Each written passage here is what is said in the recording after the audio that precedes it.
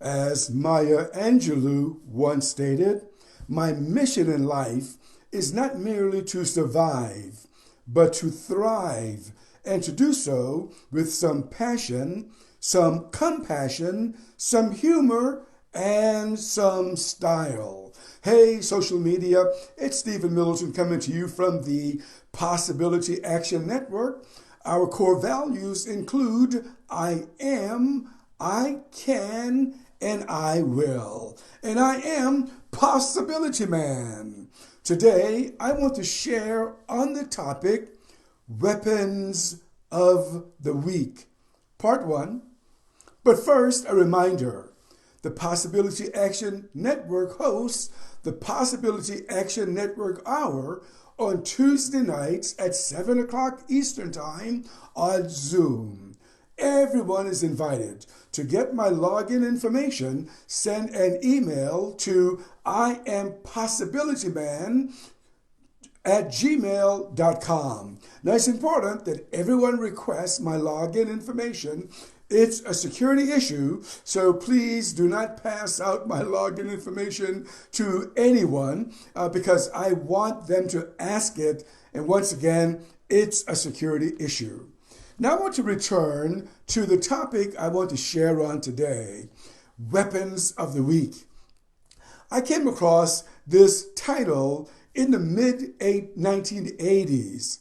It's a part of a book that was written by James C. Scott.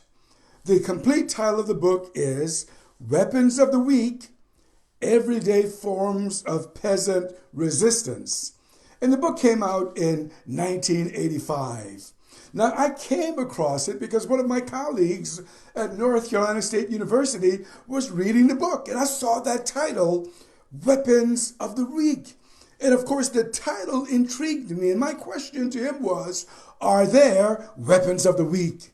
I don't recall his response. I'm not sure if he really understood what I was asking, but I was really asking, are there tools for individuals, for corporations, for government to improve their status in life?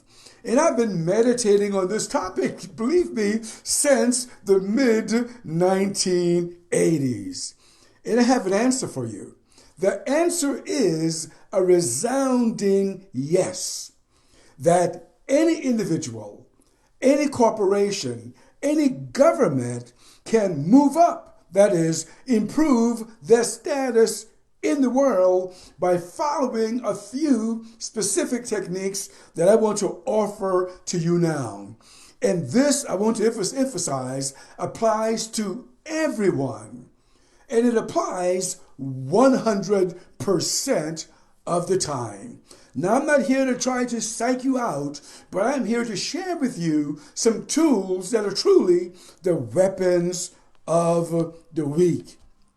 Now, first, let's deal with the definition of terms for just a moment. What do I mean by, actually, let me offer you the first rung in the ladder. And the first rung in the ladder is a dream. That is, a dream. If any individual, any corporation, any government wants to improve their status in the world, it begins with a dream. Let me offer a definition of what I mean by dream. I'm referring to something or seeing something that you want in your mind. That is, that you see something that you want in your imagination. That is, that you see that which is invisible that you want to bring the past in your mind. That's what I mean by a dream. So therefore, once again, to be repetitive, any individual, any government, or any corporation that wants to improve their status in the world must have a dream. And I want to share a couple of examples with you, and I invite you to send me some of your examples in the comment section on Facebook, or if you're viewing this on YouTube, just send me a message. First, let's consider the Wright Brothers.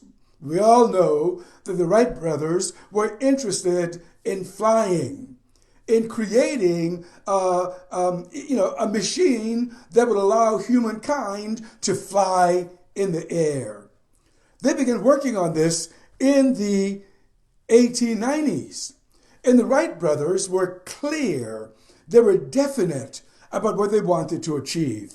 They wanted to build some type of machine that would allow human beings to fly into the air like the birds.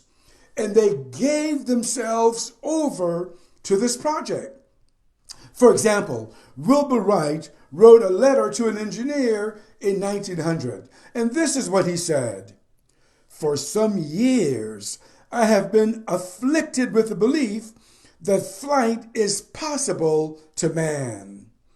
My disease has increased in severity, and I feel that it will soon cost me an increased amount of money, if not my life. I've been trying to arrange my affairs in such a way that I can devote my entire time for a few months to experiment in this field. If you grasp the tenor of what Wilbur Wright was saying was that this was like a disease to him. He could not stop thinking about it. And he was giving himself over to this completely because he had the dream of building a machine that would allow humans to fly into the air like the birds. It took them about 4 years of consecutive labor, to actually test the machine that they had built. And in 1903, they made 4 flights on the coast of North Carolina. And these flights ranged from 12 seconds to 59 seconds. Clearly, they were not unusually long, but they were able to stay in the air from 12 seconds to 59 seconds and fly in this machine. The distance they traveled was once again not very long. They traveled a distance in feet from 120 to 852, just a fraction of the mile. But with that experiment, they considered it a success. And of course, over the next 2 decades, you know that human beings were flying in aircrafts longer and longer distances. In fact, by the time World War I came around, they were using these aircrafts in battles with the countries that they were fighting. So a dream then allowed the Wright brothers to actually do what was once thought impossible. I want to share another example with you. One of my favorites, an individual that I frequently think about and actually talk about. And his name was Booker T. Washington. I believe many of you who are watching this video know that name. And many of you recall his history. Well, Washington was born in 1856 in Virginia, in the western part of Virginia, that part of the state that would soon become a separate state, West Virginia, during the Civil War. Washington was born into slavery. But then, as he matured, Washington was able to see kids going into a school building. And he said something to the effect, he wrote it actually in his autobiography. He said seeing that schoolhouse made him feel that if he could get into it, it would be like getting into paradise. Now I want you to reflect on that word for a moment. He immediately had a dream. He wanted to get an education. And it was so strong for him, he felt, if I could get an education, if I could sit in a schoolhouse, it would be like being in heaven itself. So then when Washington became 16 years of age, the Civil War was over, emancipation had come, Washington had learned about a school in Virginia, on the eastern coast of Virginia, and he knew that he wanted to go there. So at 16 then, with about $1.50 in his pocket, he started walking from West Virginia, hoping to get to Hampton in Virginia. He hitchhiked. He did whatever it took, to get to Virginia. And finally, he got to the school. But he did not have any money to pay his tuition, but he understood that the school would give individuals an opportunity to work on campus to pay for their tuition and to pay for their upkeep. Washington got one of those jobs. And this is what he said. He said, the work was hard and taxing, but I stuck to it. I had a large number of rooms to care for and had to work late into the night, while at the same time I had to rise by 4 o'clock in the morning in order to build the fires and have a little time in which to prepare my lessons. I'm sure you would agree that Booker T. Washington had a dream. And just like the Wright brothers, he was able to achieve success. Not only did he graduate, he was offered an opportunity to become the principal of Tuskegee Institute. And that institute today has grown into Tuskegee University, and it offers a number of degrees, including the PhD degree. That's because one man had a dream. As I marinate on just these two examples, it's clear to me that a dream is a force, that a dream is a power, that the dream not only inhabits the individual, the dream inhabits the space around the individual. A dream can bend time.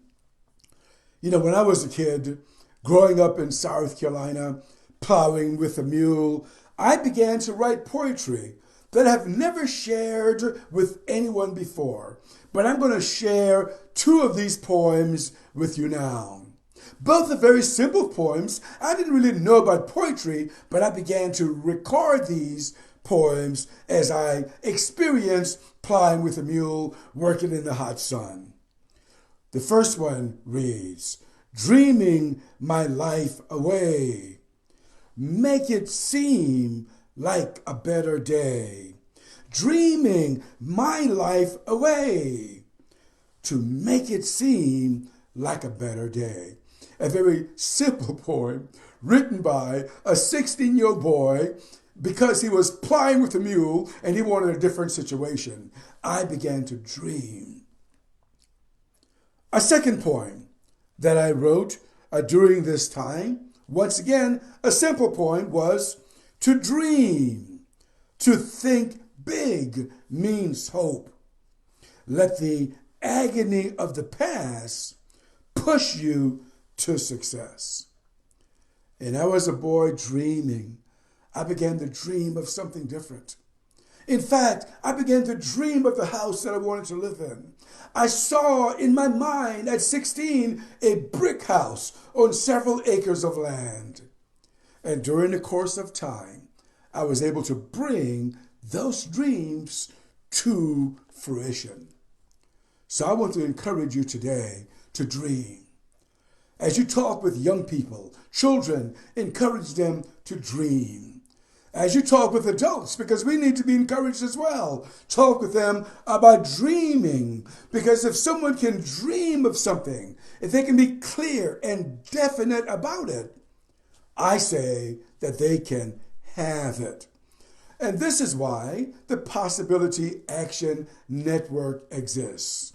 I was talking with someone just the other day, could have been yesterday or 2 days ago, about the purpose of the Possibility Action Network. And I told this person, we are educators. Now, I'm not saying by educators that we are teachers. I'm talking about people coming together from all walks of life as educators who are able to share the science of success and high achievement. That's why the Possibility Action Network exists today. And our core values include I am. We believe that we are connected to the source. We believe that every individual on the planet is connected to all that is. Our core values also include I can. That is, if we are connected to the source, we are individuals with capacity. We have the capacity about these core values as we look at other aspects of weapons of the week. As we close now, I want to remind you that the Possibility Action Hour will take place on Tuesday nights at 7 o'clock p.m. Eastern Time. Everyone is welcome. But I encourage you, if you want to join us for this hour of power, send me an email to impossibilityman@gmail.com, and I will send you my login information. Please do not pass out my login information for Zoom. It's a security issue. It's important that each person send me an email address with their request to get my login information. I'm Stephen Middleton with the Possibility Action Network. And remember, I am Possibility Man. Until next time, good day.